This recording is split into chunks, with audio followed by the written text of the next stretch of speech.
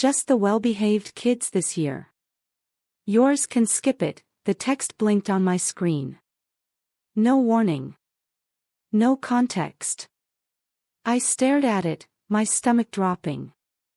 My daughter Lily's bright eyes met mine, and in an instant, her face crumpled into tears. I typed a single cold reply, understood. Then I set the phone down. I had already cancelled my part of the event before she could even speak again. The family chat erupted with selfies and celebratory toasts, completely unaware that the feast they'd been anticipating would never arrive. I had been folding laundry, the mundane smell of detergent filling the air, when Cruelty arrived in pixels beside me on the floor. Lily, sitting cross-legged on the carpet, carefully cut paper leaves for her school's thankful tree. "I'm thankful for Grandma's cookies," she announced with pride, holding up a bright orange leaf. Her voice cracked as her gaze fell on me, and suddenly the light in her eyes dimmed. She whispered, barely audible, "Did I do something wrong?" Her sobs shook her small frame, deep ragged breaths of pure hurt. That moment should have broken me. Instead, it hardened something inside. It wasn't anger, it was a crystal clear understanding. The illusion of my family had finally collapsed. I wrapped Lily in a blanket, letting her cry until exhaustion took her. Ice cream, her favorite movie, and bedtime followed. Then I went to my office. I didn't text back with arguments or explanations. I logged into my accounts and dismantled the event piece by piece. The 20-pound organic turkey. Cancelled. The artisanal catering service. Gone. Imported wine and the floral centerpiece. Erased. Their group chat buzzed on, full of oblivious joy, a selfie of my brother Jack and our father grinning with beers, a boomerang of my mother clinking glasses with her husband, captioned, "A toast to family that behaves." I let them keep their illusion. This wasn't sudden. It was the final fracture of a lifetime spent holding up a structure that was never sound. I had explained away their cruelty for years, forgetting Lily's birthdays until I reminded them, giving lavish gifts to Jack's kids while Lily got a store-bought card, whispering hurtful nicknames when they thought I couldn't hear. I tolerated it, thinking I was keeping the peace. Seeing Lily's tears revealed the horrifying truth: my tolerance had been complicity. By accepting it, I was teaching her that conditional love was normal, that she had to earn a seat at her own family table. I would rather burn the whole system down than let her learn that lesson. By Monday, the calls began: Jack, then Dad, then Mom. Each ignored as I sat through client meetings. That evening, a voicemail broke through, Mom's voice tired, thin, dripping with passive aggression. I didn't answer. If you love real emotional stories, hit subscribe, we post one every week. "Lily, honey," Helen began, her voice dripping with faux urgency. "We have a little problem with the bank. We just need some temporary help with a small mortgage issue." I knew exactly what it was. 3 months ago, a letter had accidentally come to my house revealing they had co-signed a car loan for Jack. The debt, $24,000, was for his new luxury car, and they had used their home as collateral.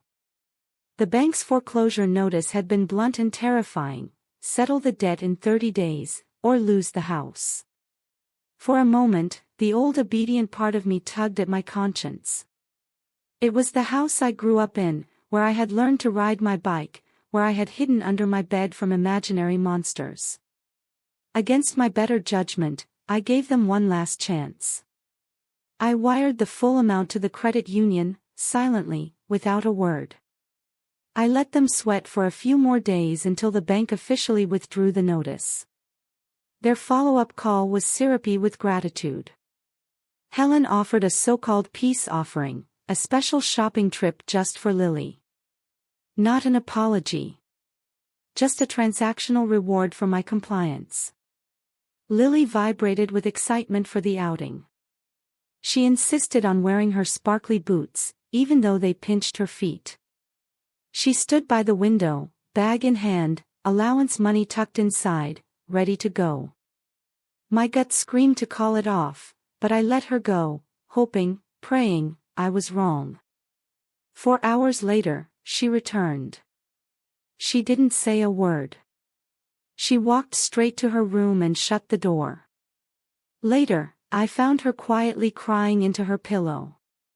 In her small hand was a single snowman keychain, the only thing they had bought her. She finally told me.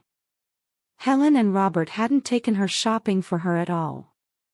They'd used her as an escort while buying extravagant Christmas gifts for Jack's children, toys, clothes, even a gold bracelet. When Lily asked if she could pick a small doll, she overheard her grandmother whisper, "Tell your father. We've already spent too much on the real grandchildren." The emotional dagger pierced through me like a lightning bolt. A few weeks later, Robert called. He casually asked for a few thousand to cover Jack's traffic fines. "Think of it as an early inheritance," he joked. That was it. That was the final snap. I stopped thinking like a daughter. I started thinking like the consultant they had always treated me as, a line of credit waiting to be exploited. I ran a comprehensive financial and background check on my parents. Public records, mortgages, debts, I dug deep. What I found was staggering. They had a hidden second mortgage on the house, leverage poised to its breaking point. They weren't just emotionally cruel, they were financially dangerous. When Robert called again, pleading for the money, I answered with absolute finality. No, not, "I'll think about it," not, "Let's discuss later." Just no. A stunned silence followed. Then he sputtered, "We're family, Amelia. You don't turn your back on family." I said calmly, voice level, measured, "Does Lily count as family?" 15 seconds passed. He couldn't answer.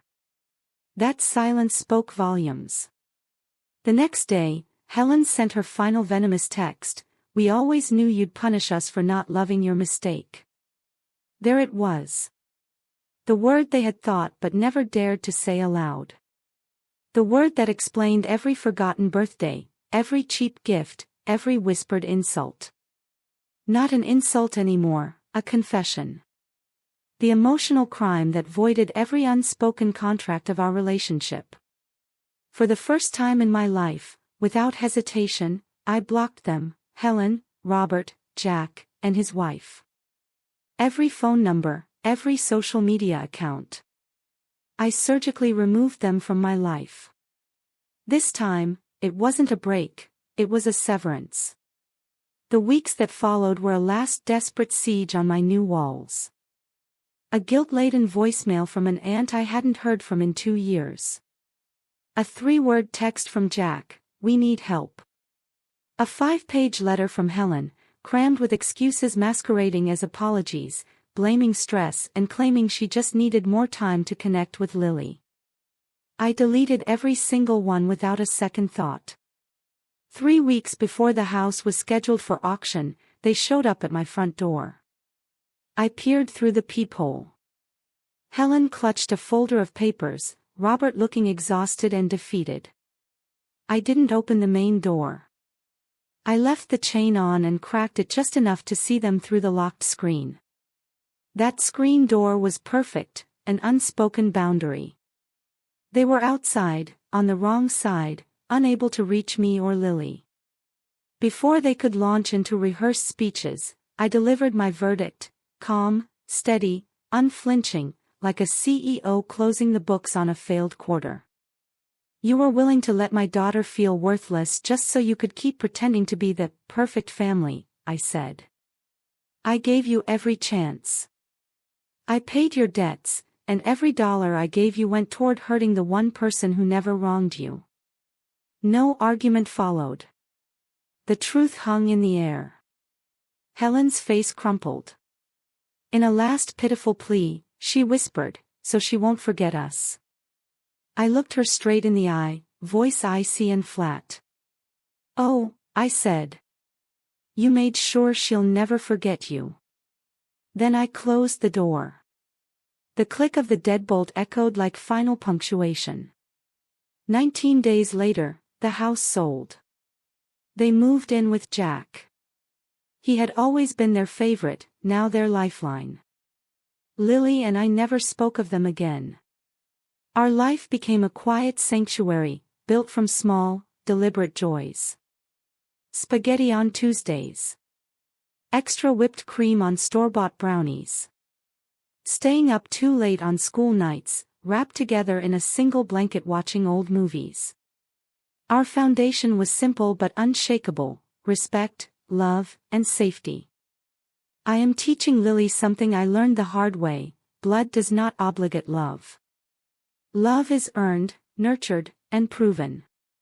For the first time, I didn't just close the door on the pain of my past, I locked it, and I threw away the key. True peace isn't always about forgiveness.